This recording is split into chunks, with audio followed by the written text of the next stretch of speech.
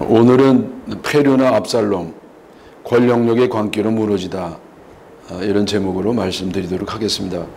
성경 말씀은 사무엘하 18장 9절의 말씀입니다. 압살롬이 다윗의 부하들과 마주치니라.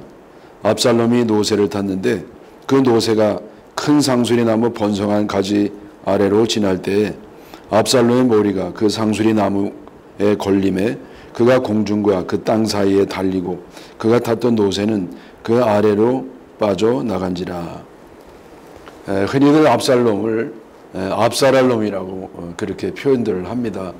맞는 말씀이죠. 왜냐하면 성경에 나오는 인물 가운데 압살롬보다 더 극악무도한 자는 없다고 봐야 되기 때문입니다. 그러나 그 압살롬이라고 하는 이름은 참 좋은 이름입니다. 압은 압이라는 뜻이고요. 살롬은 여러분 너무나 잘 아는 것처럼 평화라는 뜻인데, 그래서 나의 아버지는 평화이시다. 나의 아버지는 하나님을 말하기 때문에 나의 아버지 하나님은 평화이시다. 이런 좋은 뜻이었습니다. 그러나 이 압살롬의 삶은 그 이름과는 정반대로 피비린내 나는 삶을 살았습니다. 간단히 이 압살롬을 소개할 것 같으면요, 뭐 아시는 분은 너무나 잘 아는 것처럼 압살롬은 다윗 왕의 셋째 아들이었습니다. 그리고 너무 잘생겼어요. 성경에 나오는 인물 가운데 가장 잘생겼다고 보아지는데 머리털부터 발끝까지 흠이 하나도 없을 정도로 그렇게 완벽한 미모를 갖추고 있다고 증언하고 있습니다. 여러분이 잘생긴 거 뭐 사람들 다 좋아하지만은 그렇게 좋은 건 아닙니다. 그리고 이 압살롬이 그 외모 가운데 가장 금상첨화가 뭐냐면은 머리였어요. 특별히 이 머리털이 얼마나 남성미가 넘치고 기름이 잘잘 흐르고 숱이 많고 그러는지, 근데 성경에 그 머리털이 다 묘사가 되어 있을 정도입니다. 그래서 그 사무엘하 14장 26절에 보면은요, 그의 머리털을 깎을 때, 그 압살롬의 머리털이죠, 그것을 달아본즉 거의 머리털이 왕의 저울로 200세겔이었더라. 그래서 그 머리털이요, 그 왕의 저울, 아주 정확한 그 저울인데 200세겔이라는 겁니다. 그 200세겔은 환산해 보니까 약 2.3kg 정도 됩니다. 2.3kg요. 근데 보통 사람, 그 남자들의 머리털이 얼마냐? 500g 정도 된다고 그래요. 그래야 거의 한 5배 정도의 그 머리털이 있었기 때문에 그 남성미가 너무 넘치는 그런 미남이었다고 볼 수가 있겠습니다. 그래서 이 압살롬은 말씀드린 것처럼 외모가 너무 출중했고, 그뿐만 아니라 아주 머리도 좋았습니다. 아주 영리했고요. 머리가 잘 돌아갔고, 그뿐만 아니라 리더십도 있었습니다. 그래서 이 압살롬은 왕위 순위에 아주 유력한 왕자 가운데 하나였습니다. 제가 유력하다고 표현한 건 뭐냐면은 그 앞서 서열 1위가 있었습니다. 그 서열 1위는 누구냐면은 암논이라고, 물론 이 배달은 다윗의 첫째 맏아들이었는데 그 왕자가 서열 1위였습니다. 그 1위였는데 죽었어요. 왜냐하면 이 암논이 웬 못돼 가지고 그 여동생, 물론 배달은 여동생이고 압살롬의 친 여동생이었죠, 미갈이라고, 그저 마음에 들어 가지고 겁탈했습니다. 그리고 내쫓아 버렸어요. 그래 뭐 그건 더 아주 참 성경에 나오는 인물 가운데 찌질한 사람이 그 바로 암논이라고 할 정도로 그런 사람이었는데 그 압살롬이 죽여버렸습니다. 그래서 이 서열 1위 왕자가 이제 사라졌고요. 그다음에 두 번째 그 아들이 길압이라고 하는 아들이었는데 어려서 이 병치레를 많이 하다가 결국 병약해서 죽었다, 이런 말이 있습니다. 그리고 셋째가 이제 바로 압살롬이었기 때문에 가만히만 있으면 자연스럽게 그 압살롬이 왕이 되는 그런 위치에 있었습니다. 그러나 여러분, 세상에 자연스럽게 저절로 되는 건 하나도 없습니다. 그래서 지금 이 압살롬도요, 그저 자연스럽게 있었으면 자기가 왕이 됐을 텐데 많은 사건이 있습니다. 그 사건 가운데 대표적 사건은 뭐냐면은 제가 언급한 것처럼 암논 그 형, 왕의 서열 1위 그 형이요, 자기 여동생을 겁탈하고 내쫓아버린 그런 참 치사한 사건이었습니다. 근데 여러분 여기서 참 이상한 게 보이는데, 그거는 다윗 왕의 반응이었어요. 이 다윗 왕이요, 그 암논이 그렇게 잘못을 했으면 좀 뭐라고 혼내켜야 되지 않아요? 근데 일체에 이런 반구 말이 없었습니다. 그 화는 벌컥 이렇게 냈습니다만은 화만 냈지, 그걸 교정하기 위해서 그 잘못을 지적하거나 훈육하거나 뭐 징계하거나 그런 게 전혀 없었습니다. 여러분, 그래서 이 다윗 왕이 왜 암논이 잘못했음에도 불구하고 그렇게 아무러한 조치가 없었느냐? 제가 추측할 때는 두 가지 정도 이유가 있지 않는가 생각이 됩니다. 하나는 뭐냐면은 다윗이 지나간 자기의 실수가 생각났기 때문이었습니다. 잘 아는 것처럼 다윗 왕이요, 우연히 그 목욕하는 여인을 발견하고 데려다 잠을 잤는데 원치 않은 일이 일어났어요.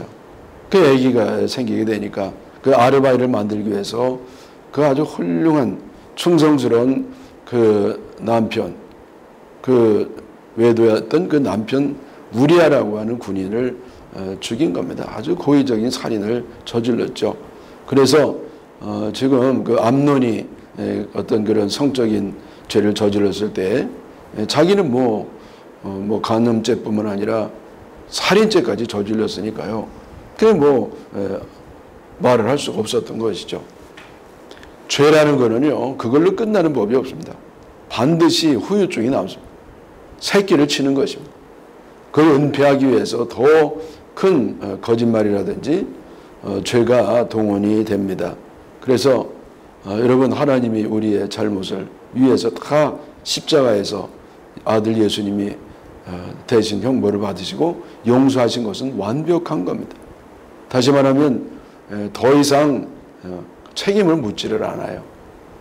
그리고 아주 기억도 안 하신다고 그랬습니다. 그래서 우리가 한번 과거에 잘못된 게 있으면은 자꾸 그것이 후유증을 남겨가지고 제2의 제3의 후속 그런 좋지 않은 결과, 효과가 없도록 우리 하나님의 철저한 은혜, 망각하신 은혜를 믿으시기를 바랍니다. 또 이 하나의 이유는 뭐냐면은 이 다윗 왕이요, 그 자녀들, 특별히 그 아들들을 지나치게 사랑했어요. 그 성경 열왕기상 1장 6절에 보면은요, 그 아버지가 그 다윗이죠. 그는 누구냐면은 아도니아라고 하는 그 네 번째 아들이었는데요. 내가 어찌하여 그리하였느냐고 하는 말로 한 번도 그를 섭섭하게 한 일이 없었더라. 여러분, 이때는 어떤 때였냐면은 아도니아가 이 솔로몬이 그 왕이 되는 것을 보고요, 반란을 일으켰어요. 자기가 왕이 되보려고. 그래서 거기에 대해서 이제 왕이 어떤 태도를 취했는가, 그걸 말하고 있는데요. 그 아들에 대해서, 아도니아에 대해서 한 번도 그를 섭섭하게 한 일이 없었다. 내가 왜 일으켰느냐. 그렇게 죄를 지적하고 그걸 혼내주고 그런 일이 없었다는 겁니다. 그러니 여러분, 그 바보 같은 왕자에게도 그렇게 했는데 그 암논에게도 그렇게 했죠. 압살롬에게도 그렇게 했죠. 그래서 이 다윗이요, 그래도 엄격해서 혼낼 때는 혼내게 되는데 이런 반구 말하지 아니하는 지나친 사랑, 그것 때문에 결국은 그 암논의 잘못에 대해서 힐책하지 아니한 결과가 온 것으로 보입니다. 오늘날 이 자녀 교육에 있어서 가장 심각한 문제는 뭐냐면은 과잉 사랑입니다. 결핍 사랑이 아니에요. 여러분, 요즘은요, 뭐 자녀들 사랑하라 그런 말 할 필요 없어요. 왜냐하면 너무너무 사랑하니까. 그 집집마다 이 자녀들이 왕이 됐습니다. 왕이 되고요, 부모들은 뭐냐, 완전히 신하가 됐어요. 그래서 이 가정에서부터 이 과잉 이 사랑, 잘못된 사랑이 되니까 이 교육이 제대로 안 되고. 여러분 요즘 매스컴을 많이 타고 있는 문제가 하나가 뭐냐면 이 교사들의 교권이 없다는 겁니다. 학생의 인권은 있는데 너무 강조하다 보니까 이 교사의 교권이 없다는 거예요. 그 요즘은 뭐 훈육, 질책 그게 없어졌다는 거예요. 여러분 그러면은요 완전히 부모들이 막 고발한다는 겁니다.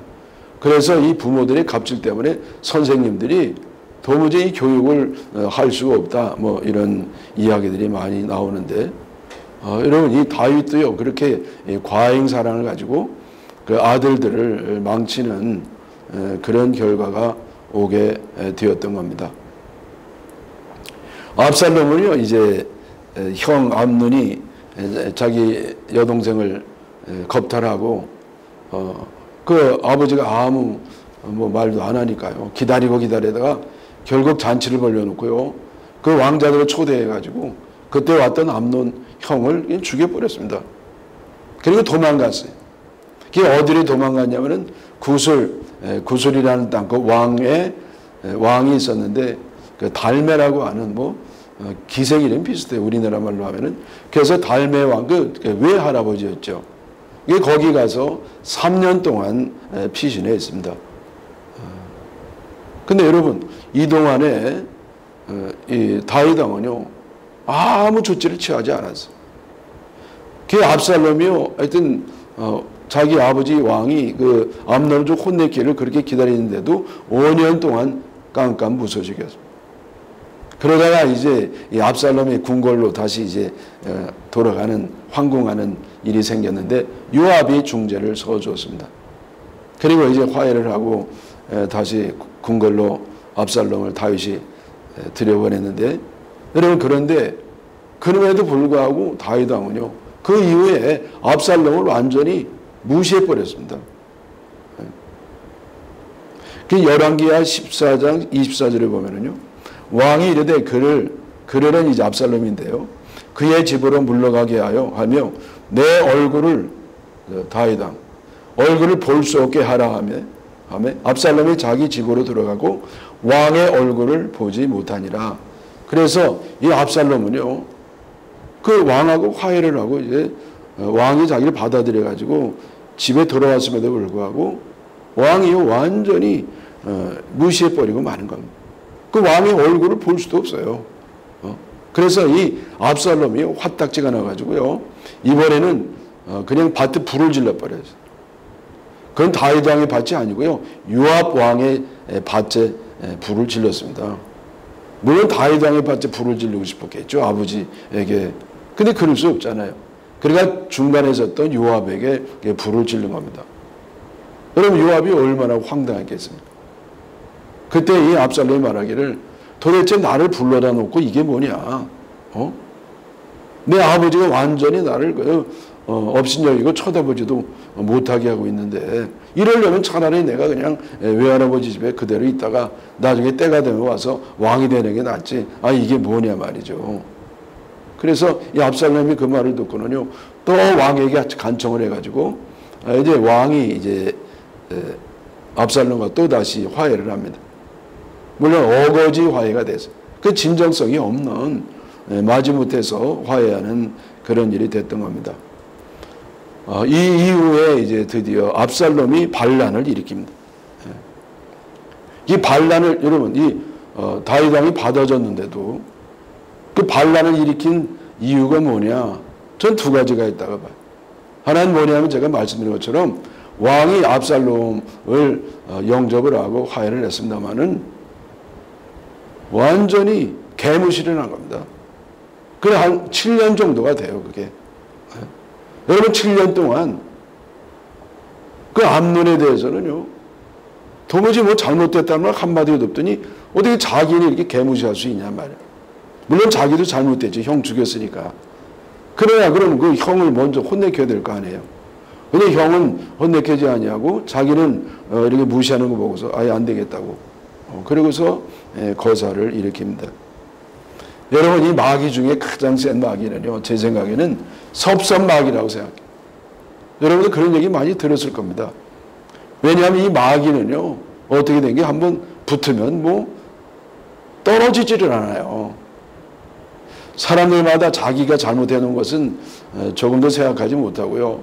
자기가 좀 서운하게 당한 거, 그것만 보고 세상에 나한테 어떻게 이럴 수 있느냐, 은혜를 배신으로 갚냐, 그러면서 아주 침소봉대해가지고 과장적으로 서운한 것을 그렇게 침소봉대하면서요, 결국은 큰 시험에 빠지는 겁니다. 그래서 이 압살롬도 그 아버지에게 서운한 마음이 들어가지고 그렇게 이제 거사를 일으키는 데까지 나가게 됩니다.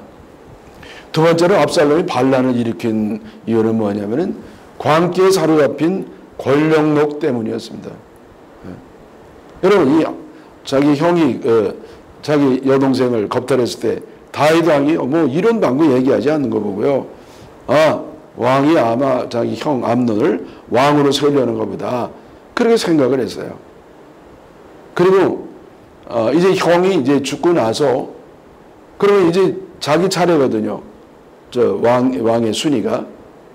근데 이 자기를 완전히 개무시하는 거 보고요. 아, 왕이 나를 왕으로 삼으려는 하는 것을 다윗 왕 그 아버지가 자기를 왕으로 삼으려는 것은 조금도 마음이 없구나. 그렇게 생각하고요. 내가 왕이 될 수 있는 방법은 거사를 일으키는 것밖에 없다. 그리고 결국은 거사를 일으키게 됩니다. 여러분, 이 마귀 중에 가장 더러운 마귀는 어떤 마귀냐? 제 생각에는 정치 마귀라고 생각이 돼요.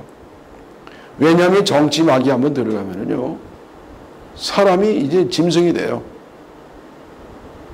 그래서 아버지도 죽이고 어머니도 죽이고 동생도 죽이고 아들도 죽이고 할머니도 죽이고 친구도 죽이고 이인자도 죽이고 측근도 죽이고 하여튼 정적도 죽이고 하여튼 뭐 무수한 사람 죽이는 게 바로 이 정치마귀 지은 사람들입니다. 여러분, 인류 역사상 이 정치마귀가 얼마나 득실하면서 그렇게 인류의 역사를 파괴했는지 우리가 잘 아는 사실입니다. 이 압살롬의 광기 가운데 천인 공로할 광기는 뭐냐면은 자기 아버지의 그 부인들, 그게 촌수뻘 먹이면 어머니 뻘이거든요. 물론 이 후궁이죠. 근데 후궁이라도 그 촌수로 어머니 뻘인데요. 그러면 안 되잖아요. 그냥 뭐 옥상에 이렇게 텐트를 쳐놓고 거기서 아주 공개적으로 대낮에 사람들이 다 쳐다보라고 그 나쁜 짓을 하는 겁니다. 여러분, 이게 뭐 인간입니까? 저는 성경에 이런 것이 기록된 자체만 해도 믿을 수가 없어요. 그런데 그런 일을 저질렀습니다. 여러분, 그런데 우리가 오해하지 말아야 되는 건 뭐냐면은 이 압살롬이 무슨 뭐 세교광이라 그런 것이 아니고요. 이 당시에 그 어떤 나라를 점령할 때 그 왕의 부인들하고 동침함으로 해서 이제는 완전히 정복이 마무리됐다고 하는 그 도장 찍는 것과 같은 행위였다는 겁니다. 그래서 이 압살롬도 이제는 예루살렘 점령하고 다윗 왕이 도망갔으니까 이제 자기가 실질적인 이 나라의 왕이라는 것을 공개적으로 선포하는 것이 바로 이제 그 부인들하고 잠을 자는 것이었다는 것이죠. 여러분, 그래도 뭐 그렇게 하면 안 되는 것이었죠. 네? 여러분, 그런데요, 이 압살롬이 이렇게 하면서 결국은 이제 역사가 끝나는 것으로 생각될 수가 있었습니다. 왜냐하면 이제 민심들이 이제 다 점점 압살롬에게 돌아오는 겁니다. 다윗 왕은 다 이제 도망가 가지고요, 어디 있는지도 알 수 없어요. 그리고 여론이 다 이제 압살롬에게 이제 점점 이제 다 오고 강해지고 있습니다. 그래서 그대로 있었으면 이 압살롬이 이제는 자기가 왕권이 이제 확고해지고 이 다윗 왕은 점점 역사가 사라지는 그러한 일도 일어날 수 있었을 겁니다. 그러나 여러분, 그게 끝이 아니었습니다. 왜냐하면 하나님이 살아계시기 때문에 결국 사람이 자기 길을 개간다 할지라도 그 길을 이루는 것은 여호와 하나님이라는 거예요. 그래서 하나님의 뜻이 압살롬이 있는 게 아니라 다윗에게 있기 때문에 결국 압살롬이 죽임을 당합니다. 여러분, 악인은요, 왜 망하느냐? 누가 그를 복수하고 그를 죽여서 망하는 게 아니고요. 대부분은요, 자기가 죽음을 자초해. 무슨 말이냐면, 무리수를 둔단 말이에요, 무리수를. 여러분, 이 압살롬이 그 정도로 하고 맞췄으면 될 건데, 이제 다윗왕은 완전히 소탕해버리려고. 완전히 종지부를 찍기 위해서 이 다윗을 추격하는 겁니다. 그 전쟁을 일으켜요. 거기에서 결국은 압살롬이 죽임을 당합니다. 여러분, 악인이 망하지 않을까봐 걱정할 거 없어요. 왜냐하면요, 이 반드시 무리수를 둡니다. 그래야 직성이 풀리니까요. 못 돼가지고. 그래서 이 악한 사람은 스스로 자기 벌을 장만한다. 네, 그런 유명한 말이 있습니다. 그래서 이 압살롬이요, 결국 막 다윗과 전쟁에서 져가지고 도망가다가 결국 도토리 나무 밑으로 가다가 이제는 그 나무에 걸려가지고 대롱대롱 매달려 있는 것을 이 요압 장군하고 그 부하들이 가가지고 창으로 막 찔러대가지고요, 아주 비참하게 끔찍하게 고통을 겪으면서 죽게 됩니다. 여러분, 이 자기가 잘난 생각하는 귀히 여겼던 머리, 그것 때문에 망하게 되는 겁니다. 여러분, 오늘날 우리도 내 약점, 결점, 실수 때문에 망하는 것보다는 내가 자랑스럽게 생각하고 무리수를 두다가 망하는 경우가 많기 때문에 반면교사를 삼아야 될 줄 믿습니다. 자, 여러분, 이 모든 게 이제 압살롬에게 유리했는데도 왜 이렇게 이제 압살롬의 죽음으로 끝나느냐? 그 두 가지가 이유가 있다고 생각하는데, 하나는 사무엘하 17장 14절에요. 압살롬과 온 이스라엘 사람들이 이르되 후사의 계략은 아히도벨의 계략보다 낫다 하니 이는 여호와께서 압살롬에게 화를 내리려 하사 아히도벨의 좋은 계략을 물리치라고 명령하셨습니다. 하나님이 개입하셨단 말이에요. 자, 그래서 지금 그 압살롬이요, 다윗을 소탕하기 위해서 두 가지 중에 하나가 있어요. 하나는 게릴라식 기습작전이에요. 또 하나는 전면적인 공격 방법이에요. 근데 아히도벨의 작전이 뭐냐면은 기습적인 게릴라식 공격이었어요. 그게 더 좋았거든요. 근데 사람들이 좋은 안을 물리쳐버리고요, 그게 후세의 안을 택하게 돼요. 그것이 이제 하나님이 사람들이 좋아하게 만들었다는 거죠. 또 하나는 뭐냐면은 사무엘하 15장 31절 다윗이 이르되 여호와의 원하건대 아히도벨의 계략을 어리석게 하옵소서. 자, 그래서 다윗 왕이요, 자, 이거 후세는 자기가 심어놓은 그 모사인데 그 안이 채택이 돼야 되는데 아히도벨의 계략이 더 낫거든요, 다윗 생각에. 그래서 하나님, 아히도벨의 계략이 어리석게 채택되지 않게 하옵소서. 그렇게 하나님께 기도하는 겁니다. 그래서 하나님 그 기도를 들으시고 결국은 후세의 계략, 그러니까 전면전을 펼쳐가지고 압살롬도 그 진두지휘를 하라고 하는, 하나님이 죽이려고 그랬던 것이죠. 그 안이 채택돼서 결국은 압살롬이 죽임을 당합니다. 그래서 여러분, 우리가 어떤 어려움이 있고 괴로움이 있고 문제가 어려워도 이렇게 다윗 왕이 기도했을 때 하나님이 들으신 것처럼 우리의 기도도 들으셔서 응답하신다는 사실을 꼭 기억하기 바랍니다. 여러분, 그 6.25 때, 6.25 얼마 전에 지났습니다만은 미군이 참여할 때 그 결정이 7일밖에 안 걸렸다는 거예요. 여러분, 이거는 역사상 전무후무한 일이라는 겁니다. 강대국이 전쟁에 참여하는 것은요, 그게 보통 어려운 게 아니에요. 더구나 미국은 상원 의원 통과해야 되죠. 하원 통과해야 되죠. 여론도 봐야 되죠. 이러면서 적어도 몇 년씩 걸리거든요. 근데 어떻게 일주일 만에 되었느냐? 이게 하나님의 특별한 섭리인데, 그때 이승만 대통령이요, 아주 독실한 그 장로님이었잖아요. 그래가지고 우리나라가 너무 위험하니까 6.25가 일어나서, 그래서 다 교회 목사님께 부탁을 한 겁니다. 우리 기도합시다. 그래서 기도하고 금식하고 철회하고 그러는 가운데 하나님이 그 기도를 들으셔가지고 우리나라를 살려주시는 줄로 믿습니다. 여러분, 오늘날 참 안팎으로 참 모든 일이 너무나 어렵습니다. 저는요, 제 실수 가운데 하나가 뭐냐면은 악의 세력을 너무 과소평가했어요. 악이 얼마나 끈질기고요, 얼마나 지독하고 얼마나 강력한지 제가 체험하면서 이거를 철저하게 깨닫게 되는 것인데, 그러나 우리가 악이 아무리 기승 부려도 실망하거나 좌절하거나 낙심하지 말고 하나님을 신뢰해야 됩니다. 하나님 믿어야 됩니다. 그리고 믿음으로 하나님께 기도하면 하나님 그 기도를 들어주셔가지고 다윗이 그 기도에서 응답받고 승리한 것처럼 우리도 기도에서 승리하기를 주님의 이름으로 축원합니다.